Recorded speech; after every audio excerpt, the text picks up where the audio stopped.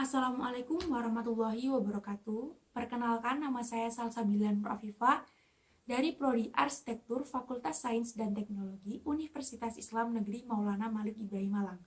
Di sini saya akan membacakan hasil resum saya di hari pertama dan di hari kedua PBAK Universitas.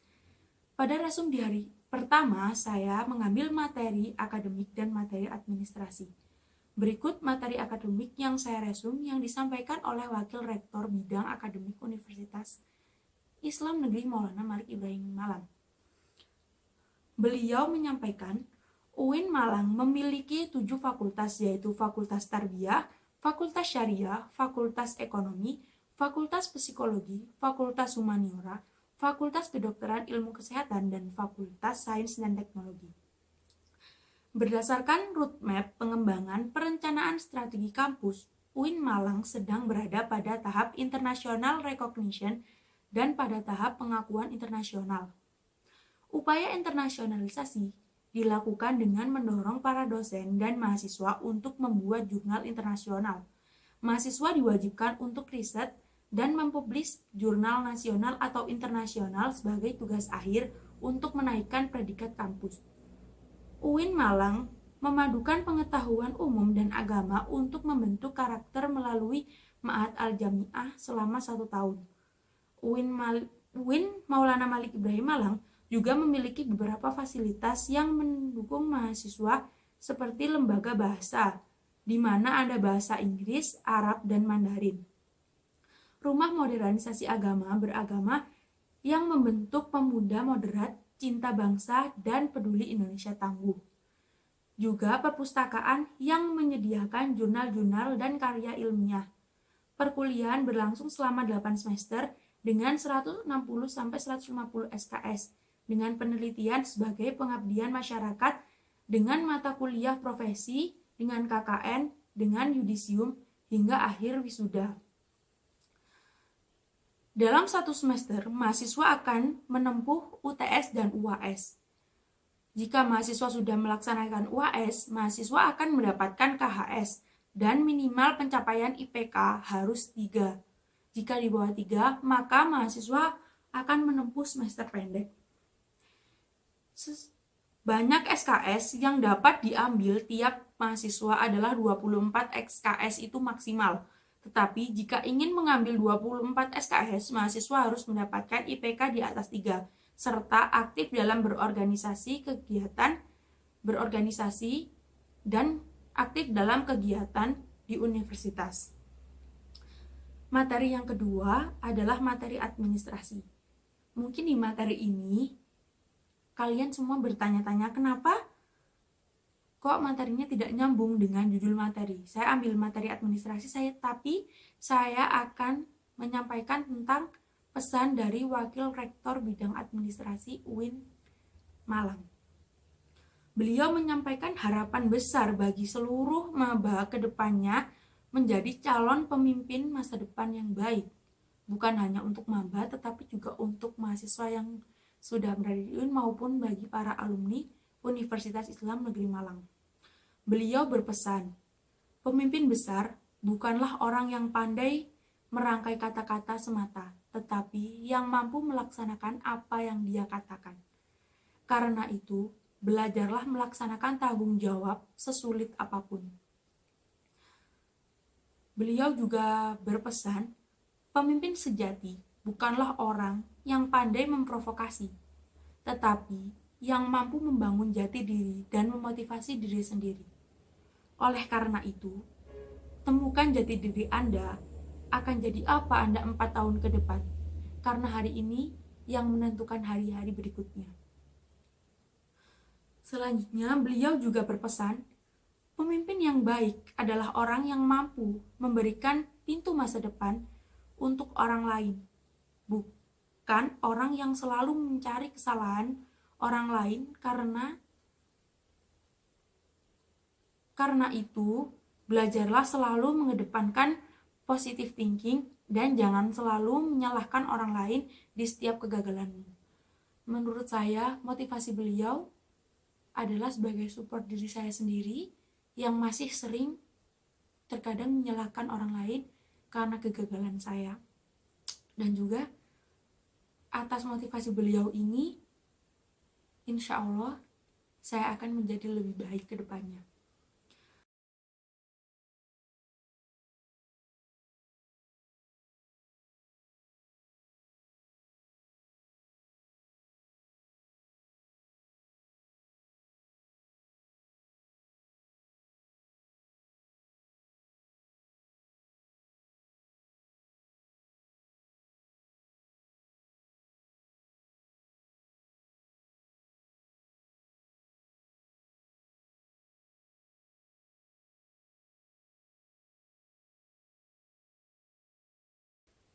Kita lanjutkan kepada resum hari kedua ya.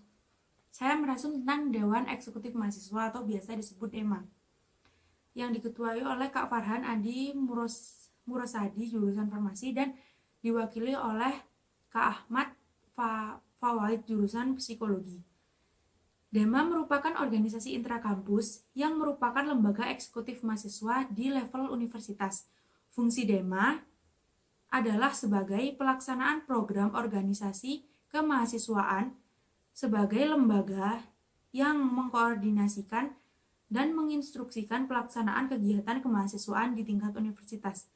Tugas DEMA adalah melaksanakan program kerja organisasi yang sudah disepakati Senat Mahasiswa SEMA Universitas, mengkomunikasikan dan menginformasikan kegiatan kemahasiswaan di tingkat universitas, melaksanakan koordinasi dan sinkronisasi kegiatan kemahasiswaan. Selanjutnya materi tentang Senat Mahasiswa atau biasa disebut SEMA, yang diketuai oleh Kak Muhammad Adi Faroni. Semua SEMA merupakan organisasi mahasiswa UIN Malang yang berperan sebagai lembaga legislatif yang mengkoordinasi DEMA, UKM, dan HMJ. Fungsi SEMA sebagai advokasi, legislasi, pengawasan, dan penganggaran. Tugas SEMA ialah mengawasi dan mengontrol DEMA universitas, memberikan persetujuan setiap kegiatan yang akan dilakukan oleh DEMA universitas, memberikan pengesahan setiap laporan pertanggungjawaban setelah selesai agenda, memfasilitasi aspirasi mahasiswa, dan menyalurkan kepada pihak-pihak yang bersangkutan, mengawasi setiap kebijakan dan keputusan yang diambil oleh DEMA universitas, merancang dan menetapkan peraturan organisasi di universitas, mengesahkan peraturan DEMA universitas, dan menjadi mitra kerja DEMA universitas dalam melaksanakan kebijakan organisasi kemahasiswaan. Wewenang SEMA adalah membentuk undang-undang yang dibahas dengan presiden mahasiswa untuk mendapatkan persetujuan bersama, menampung dan mempertimbangkan segala aspirasi mahasiswa, memberikan mandat untuk melaksanakan pemilwa, mengawasi pelaksanaan hasil-hasil sidang SEMA universitas, mengawasi pelaksanaan program kerja dan kebijakan DEMA universitas, turut andil dalam mengkaji permasalahan yang timbul di dalam negara dan di tingkat universitas, menerima dan membahas ulasan PO yang berkaitan dengan bidang tertentu dan mengikutsertakan dalam pembahasan. Selanjutnya materi tentang UKM. UKM kemahasiswaan ini adalah unit kegiatan mahasiswa. UKM yang pertama adalah Jepret Klub Fotografi. UKM ini ditunjukkan pada orang-orang yang suka fotografi. Untuk UKM ini merupakan UKM yang mewadahi minat dan mengembangkan bakat kamu dalam bidang fotografi. Di sini, kamu akan dilatih ilmu dasar fotografi dan dilatih untuk mengasah potensi dalam programming. Selanjutnya, UKM Teater Komedi Kontemporer. Kamu dapat mengembangkan potensi seni peranmu di sini. Dan di UKM ini, kamu akan mengikuti pementasan yang sering diadakan oleh UKM tersebut. Yang ketiga, UKM Pramuka diberikan untuk seorang yang memiliki keilmuan dan keterampilan manajerial yang tangguh serta mampu bermasyarakat. Yang keempat, UKM Seni Religius. UKM ini akan mewadahi penyaluran dan pengembangan bakat minat dalam hal seni religius seperti gambus, sholawat, qosidah, kaligrafi, dan kiroah. Yang selanjutnya UKM LP2M, Lembaga Kajian, Penelitian, dan Pengembangan Mahasiswa. UKM ini akan meningkatkan kualitas intelektual yang mengembangkan kemampuan dalam hal kajian dan penelitian masalah keagamaan, filsafat, pendidikan, dan sosial politik. Selanjutnya UKM Simfoni FM. UKM seperti broadcasting atau sekedar cuap-cuap di ruangan dengan publik bisa bergabung ke Simfoni FM ini. Di sini akan dilatih untuk mampu membawakan sebuah program radio ataupun memberikan suatu program radio seperti program musik atau berita. Selanjutnya UKM Korp Sukarela atau PMI. UKM ini dilatih dasar kesehatan untuk digunakan sebagai bentuk kepedulian kepada sesama manusia. UKM ini melatih bidang kesehatan, kepalang-merahan, dan kemanusiaan. Selanjutnya UKM Taekwondo Indonesia. UKM ini meningkatkan latihan fisik, mental, spiritual, dan akal. Selanjutnya UKM Kopma Padang Bulan. UKM ini adalah wadah bagi yang mempunyai jiwa Kopma atau Koperasi Mahasiswa. Ini memiliki usaha minimarket dan unit fotokopi yang bisa menjadi tempat latihan untuk terjun langsung ke dalam hal manajemen dan melayani langsung dalam hal manajemen, juga melayani langsung dalam bidang perdagangan.